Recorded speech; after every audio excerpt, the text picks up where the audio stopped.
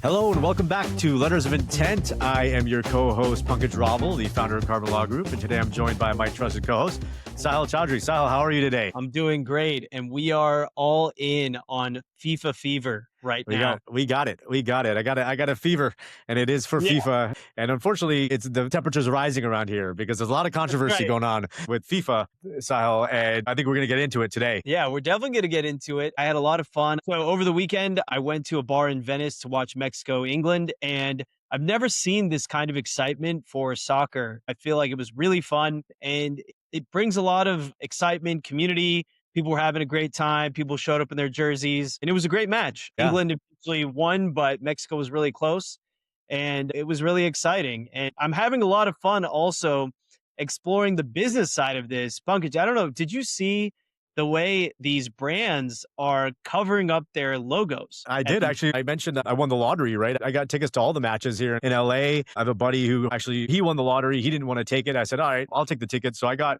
7 tickets. It was a cost of small car to actually get these tickets, but I was like, "I'll invest. I'll probably resell them, make some money." And they definitely have been going for a decent return, but not unfortunately what I expected. But one thing I realized is just the money-making machine that FIFA is. I went to the Bosnia Herzegovina and Switzerland game. Amazing game, and like you're saying, like being there, being that atmosphere was incredible. And one thing I noticed was as I was going to the stadium, I was like, oh yeah, I'd never been to SoFi before. And then it hit me that I was like, shit, it's not SoFi, it's Los Angeles Stadium. They even changed it on Google right. Maps. They took off the branding. And I was like, what the heck is going on? And then that's when this whole world of like FIFA branding kind of, I realized it for the first time. I'm like, oh my God, FIFA is so dominant and so strong that it's been able to strong arm all these host cities to say, hey, I know you guys got deals on your stadiums, but whatever you guys are paid doesn't matter because we got more power than you. And if you want us to come to your city and create this economic stimulus, you better remove the branding on your stadiums. And all the host cities have done it. So no longer is it SoFi, but it's Los Angeles Stadium while FIFA's going on. We have in San Francisco, Santa Clara, it's no longer Levi Stadium, it's Santa Clara Stadium. We have Seattle, Gillette Stadium is now just, I think, believe Seattle Stadium. So it's pretty amazing the strength that FIFA has been able to exert here, Sahil. Yeah, I mean, so last year, not last year, last World Cup in 2022, FIFA earned $7.5 billion in revenue from broadcasting rights, ticket sales, and sponsorships. Yeah. So this is huge economic stimulus, and you're right. Cities are courting FIFA to bring those games to their cities. And so you can see the concessions that stadiums are willing to make. And being corporate attorneys, we would imagine, let's say Levi's has paid a significant amount of money to be the sponsor of the stadium, but that means they're going to have to be compensated in some way for having to hide their logo. And that money is either going to come from FIFA, it's going to come from the stadium itself, or if that was already baked into the contract that there were certain kinds of conditions where their logo could be removed, that's also a potential possibility. But my guess is that a brand paying that kind of money is not going to walk away and hide their logo without being compensated in some way. Well, it's interesting. What I'm seeing here is actually in Toronto, the Canadians actually required that the contract with FIFA be disclosed. So what we see in Toronto is that, and this is, I'm sure this is probably the agreement for most of the FIFA stadiums, is that like FIFA did not pay the stadiums for rentals. There have been some situations where FIFA maybe pay a 1/3 of the rental fee, but FIFA is so dominant and so strong that people realize that the economic stimulus that FIFA brings is much more valuable than what they're going to generate from the stadium revenue. So they're going to cut FIFA a deal because it's so powerful. And it's kind of like what we see with the Olympics too. These huge events draw crowds from around the world. It creates millions and millions of dollars for the city in revenue and tourism. So I can understand there's real power and value there, but the potential losers are these brands. But what we're seeing, Sahil, is that these contracts, a lot of these brands have said, okay, yeah, there's some agreement between the brands, the title sponsors, and the stadiums that give the stadium the right to take off branding or it makes them remove branding for certain events. And it looks like that's the case because otherwise I don't see these big brands agreeing to something like that. But we see some creative responses to that. And one of them is this video, which I wanted to show, which is hilarious, how Levi's very creative and how they handle this. Take a look. Oh, No. How would they know? Nobody's gonna know. They're gonna know. How would they know? What do you think? So What do that's so smart. I want every carbon client to watch this video as a case study for how to turn a negative into a positive. To Yeah. take reduced visibility and turn that into increased visibility is brilliant. And I think that is what entrepreneurship business is all about. I'm very impressed. Yeah. So, Sile, take a look at what Gillette did here. This is brilliant too. I mean, these brands really managed to make lemonade out of lemons here when they had these naming rights at the stadiums. They negotiated, they won, and here we are. You have FIFA coming in and saying, "No, screw you. We're going to tape over all your logos because we want control for our brand sponsors, and that makes our brand sponsors pay us even more money, so there's no conflict." So here we are having what Gillette did is ingenious. They covered the brand with Yeah, shaving cream. How funny is that? How funny is that? this is brilliant. I mean, how Yeah. could you not think of Gillette when you see that? Right. Right. And look at Levi's, they got us too. Levi's Oh, commented. wow. What a way to keep yourself in the cultural conversation now without being a paid sponsor. They are a paid sponsor. I mean, R they are a sponsor. right. They are culturally relevant. They're culturally part of the conversation and they're getting the benefits of visibility and conversation without having to pay for it. That's incredible. Yeah, Really so smart.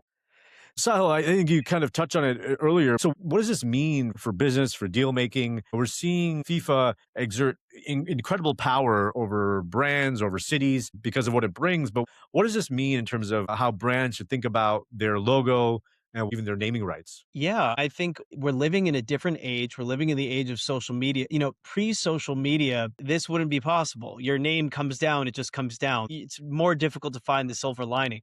But today, your digital identity is very valuable here. That's what I see is that as you're thinking about your trademark, as you're thinking about your copyrights, it's far more important to have those rights locked down today than ever before because that's what you're going to use to market yourself. That's what you're going to use to build trust with the public. I mean, that's incredible that people are going to see this conversation on social media, and that will give so much visibility to these brands. So I think the major lesson for our clients is going to be lock down your IP rights because that is what is capable of going viral. That's what's capable of breathing oxygen into your brand and building your brand equity. And brand equity is built on moments like this. These are those cannonball type events where these are these tent pole brand equity building events that are building value that eventually an investor will want or that eventually you'll be able to license. Yeah, absolutely.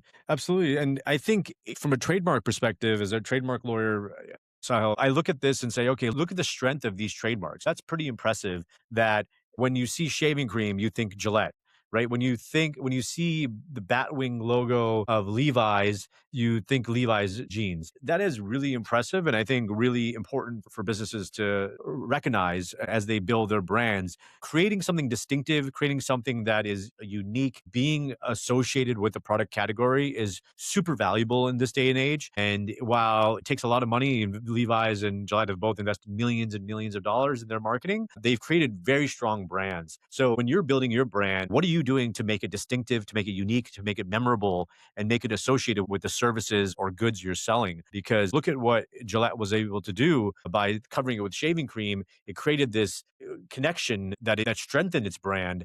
So being creative and instead of maybe using litigation, which wouldn't have solved this problem, they thought creatively out of the box and were able to come up with a better solution than fighting this in court because that would have not gone them anywhere. And realistically, they wouldn't be able to stop this. The World Cup was going to happen and FIFA is generally going to exert its will. And otherwise, they would take the business somewhere else. So it's important to Yeah, recognize that. I also think it's important to know where the brand building ecosystems live.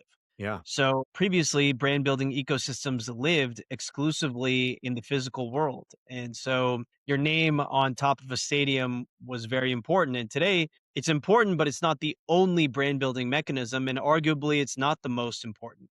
I mean, today you have brands collecting millions of views on TikTok from someone just positioning a camera recording something in front of their phone. We have TikTok, we have Reddit, we have Instagram, we have Facebook. I think that brands are really evolving in creative and intelligent ways and are understanding that their audience does not only live in the physical world, their audience lives in places like TikTok and getting Mm. this level of virality is important, and it also is what's going to build your brand. The public is going to remember this. I mean, how could you forget that Gillette covered up its logo with shaving cream, or Levi's has turned the cover up into their logo of their Instagram? Now, the other thing I find interesting is I think the creatives at these companies know that their audience is not really the attendees of that event. Their audience is online. Their audience is Instagram or TikTok. I think that's such an interesting recognition that Levi's, where did they change that logo? Where is that relevant? That photo is now relevant as the logo of their Instagram account for their Instagram. Mhm. Yeah. Where's this conversation going to happen between Gillette and Levi's? That's going to happen on Instagram. So I would say the creatives now also, and if you're a brand builder, you have your trademarks, IP, you're aiming your photo shoot, your photo, your videos, and even these events. I mean, the fact that you're covering this, you're doing something sensational. I think the Gillette one is a perfect example. They're doing that and they'll get some return on that from the people walking in, but not nearly as much as they're going to get on something like TikTok where people can converse, they can comment, and the algorithm is going to pick this up and light it on fire. Yeah. So I think the fact that creatives are now looking at the world as raw material for TikTok content. Yeah, it's true. That's a great point. That's a great point. Yeah. I mean, you're right. Everything is being looked at from the lens of how is this going to play out on social media for brands? How is this going to look on social media? And Levi's, Gillette definitely capitalized on that because they were able to leverage something that could have been just a simple, like, hey, we got to do this. Was the requirement. We're just covering up. And they used it for their own benefit to strengthen their brand and to generate conversation about this and also create some controversy around FIFA and what they're doing and how they're kind of exerting their power over brands and maybe stepping on their rights because they're so powerful. So is the world now just raw material for your social media account? Is the world? I think so. We live in this world where it seems like you could definitely say that. I think it's not necessarily a great thing to say. I don't think I'm very excited to say that because I think it's a little bit sad too that now we see the world in the context of, okay, what would play out on social media? But I think that's how a lot of brands and companies are seeing it. That's how a lot of influencers are seeing it. Like, how does this all play out in social media? Which I think really dampens our interaction with the world in some way when it's all kind of transactional in the sense of like, how does this work out for social media and views? But unfortunately, that's kind of the world we live in. And you could make the argument that that was also the case with the news media and all that. But now the thing is like Yeah, is everyone is everyone is a content maker. Everyone is producing content. Everyone's producing news. So we live in a very heightened, sensitive world where everything could be a viral piece depending on how you spin it. Yeah, I mean, even I just want to pull this up because even the fact that these logos are being covered up is giving these brands press. So, for example, we see this Heinz ketchup.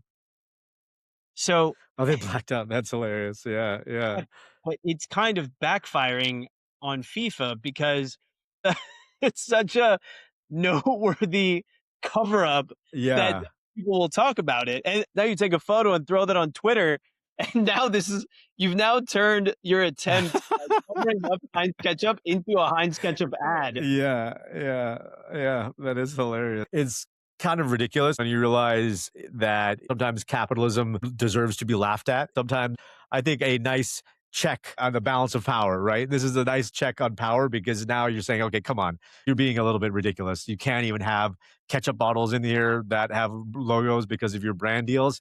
Like, come on. And I think it serves FIFA right to be ridiculed for something like this because I think you have to draw the line somewhere and realize that consumers are smarter than this and they're going to see through the kind of the facade that they're putting up. That's true, but let's say as attorneys, it kind of depends on which side we're on, Yeah. right? Yeah. Like, That's I'm true. thinking if we were FIFA's attorneys here and we had an exclusive deal with our sponsors would also expect that we would protect their visibility and Yeah. rights. Yeah. But on the flip side, the opposite is actually happening. Like, Right. I don't Right. even know if I know who are the real FIFA sponsors, but I know Gillette, Heinz, and Levi's. I know they're They're not. yeah, They're yeah. not. Yeah.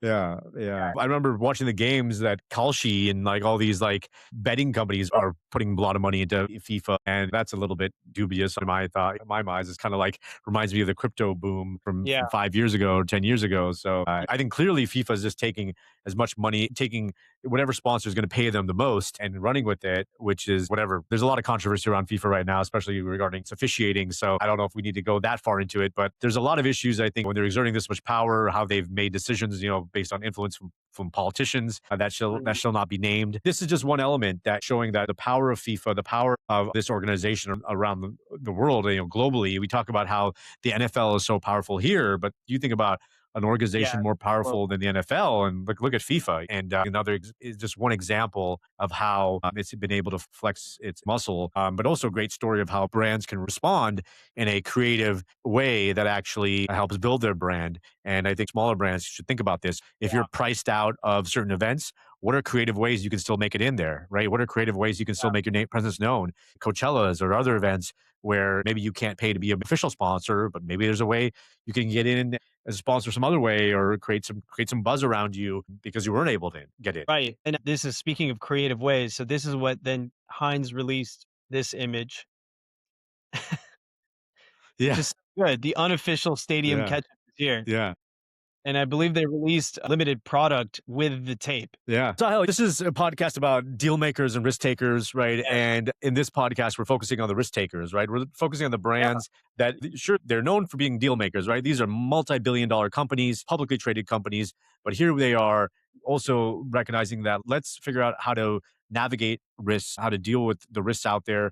And that's the thing, like as lawyers, I think it's oftentimes, I think about the fact that there's a saying, it's like when all you have is a hammer, everything you see is a nail, and not Right. every problem deserves or warrants a hammer, right? And I think that's like the law is oftentimes can be a hammer, right? We could come down on people with lawsuits, a lot of things we can do, regulatory action, whatever it might be, but that's not always the answer. And in this situation, we see brands navigating risk and thinking creatively to improve their brands, improve their market value in a situation that is less than optimal. Yeah, I think you're right. Not all legal problems require a legal solution. I mean, in this Right. case, certainly there are contract terms that are giving FIFA the right to take down these names on these stadiums. But now that might not have a legal solution, but it does have a creative solution. And I think this is a good example also of how to work with your attorneys. My brother Samir, who has a channel called Colin and Samir and is a well known content creator and YouTuber, he has a saying where he says that constraints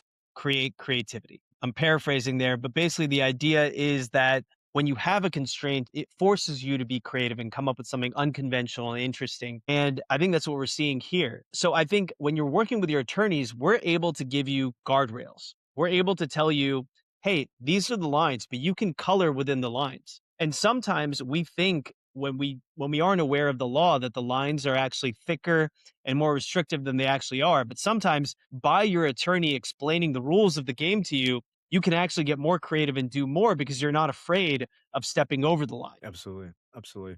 That's a great point, Sahil. And I think it also reminds me of the quote, necessity is the mother of innovation, right? And I Right. think it's like they're along the same lines, but I like that working with constraints is actually very valuable because then it kind of gives you a confine from which to work. And I think good lawyers will not say yes or no, but sometimes they will say, okay, well, yes, yes, and, or yes, yes, but ideally you want to ask yes and lawyer. And I think that's what we've done at Carbon Law Group. We are yes and lawyers because we say, yes, sure, there's maybe challenges here. Yes, your contract says this.